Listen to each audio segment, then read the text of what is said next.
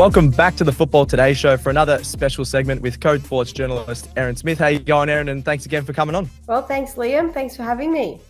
As always, saw your article actually on Rachel Lowe from Melbourne Victory in the Women's A-League. I've just wanted your opinion on all of this. And is she one of the best sports stories this year, fighting through chronic fatigue? I didn't know a lot about all of this. Having a career best season for the Melbourne Victory, she's helping them into the top four. Is this one of the best sports stories probably of the last couple of years? It's an awesome effort.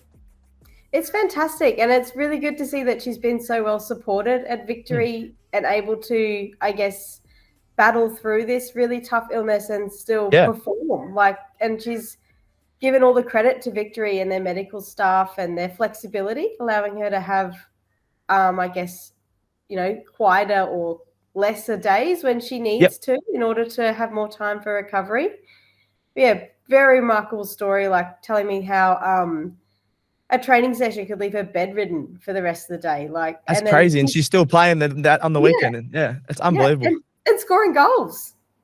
It's crazy. Yeah. And she got 9 goals, I think, this year, which is also a great effort. She's right up there in the goals. Up to 10 now. There you go. Yeah. 10, definitely a key part of Victory's success this season, and so good to get to see her to play finals. Yeah, it's an amazing effort, and definitely, one of my favorite stories that I saw you write, and just the way she's fighting through that is unbelievable. It's an awesome story.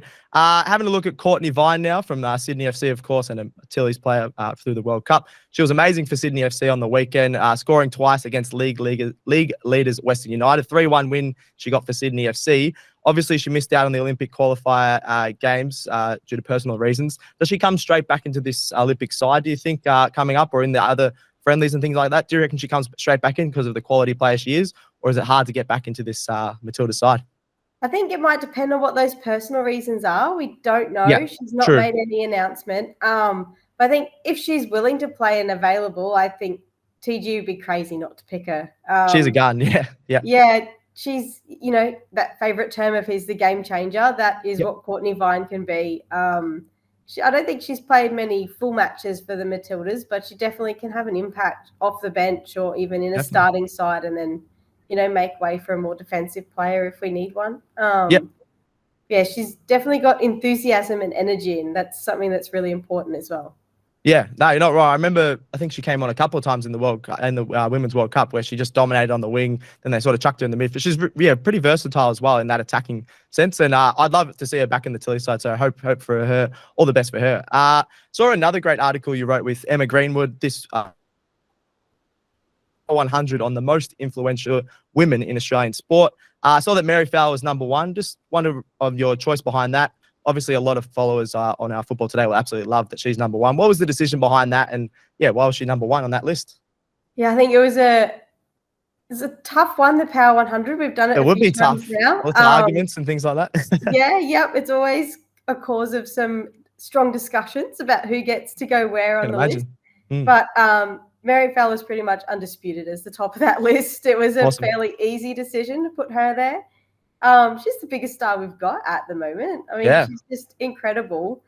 But it's her willingness to talk about things and put the spotlight on issues that not many other athletes are able or willing or have talked about in the past. So, I've done interviews with Mary's where she's talked about her body issues, mental health struggles, and even the willingness to talk about the impact of a menstrual cycle on an elite athlete, and that more research needs to be done in that sort of space to, make it better for women and to improve performance. And it's just something that not a lot of other athletes are willing to talk about. She's sponsored by Adidas. She does so many good things. She's, I think, part of a kindy program. There's nothing she says no to by the looks of things. She's just everywhere, and it's not just in Australia. She's got global impact. Yeah, no, I think that's a great call. You've summed that up perfectly. Not just on the field, obviously. She's an absolute star. Be in that starting lineup all the time, I think. Be off the field, as you said, just bringing up topics that other people don't want to talk about. And it's great for someone of people, so many girls and guys, everyone sort of looks up to her. So that's great that she's using that platform, which is awesome. So well-deserved number 1. I like that choice. Last question for you. Tilly's crowd has gone from an average of 12,000 to 50,000 over the last 7 years. The crowds are going absolutely nuts for the Matildas. Unbelievable. The Tillies sold out the Adelaide Oval in an hour. I think it was yesterday, to their friendly against China. That's unbelievable just for a friendly. Most countries wouldn't even better consider that, selling out a 50,000 plus oval. Is this Australia's biggest sports team at the moment? Is there anyone bigger than the Tillies? No, I don't think there is. And I think World Cup fever's definitely carried through. It has. Yeah. And it's remarkable to see, especially being women's sport. Like, you don't see it, many other places, but it's happening in England too. Like, the Arsenal games are getting huge numbers to their home games. So it's nice to see that it's happening everywhere. But I think it's the fact that it's going to be one of those last chances to see them play before the Olympics and get a good insight into what TG might be doing with this team. So while it's a friendly, it's also the Matildas won't be taking it as a friendly. They're playing seriously. They will be fighting for their spots, and they should be really good quality matches. Yeah, no, I think you're right. The quality is going to be really good. As you said, there's so many players fighting for their spots, so they're going to go well out. They love attacking, as we saw with the what was it, against Uzbekistan, absolutely smashing them. So I think there should be a lot of goals again, and it should be, a great match. And awesome that they're just selling out. And as you mentioned, England doing the same, just women's sport growing all over the world, which we absolutely love to see. I think that's it, Erin. Check Erin Smith out on Code Sports. Lots of articles there, which have been awesome, and her content all over the socials like Twitter.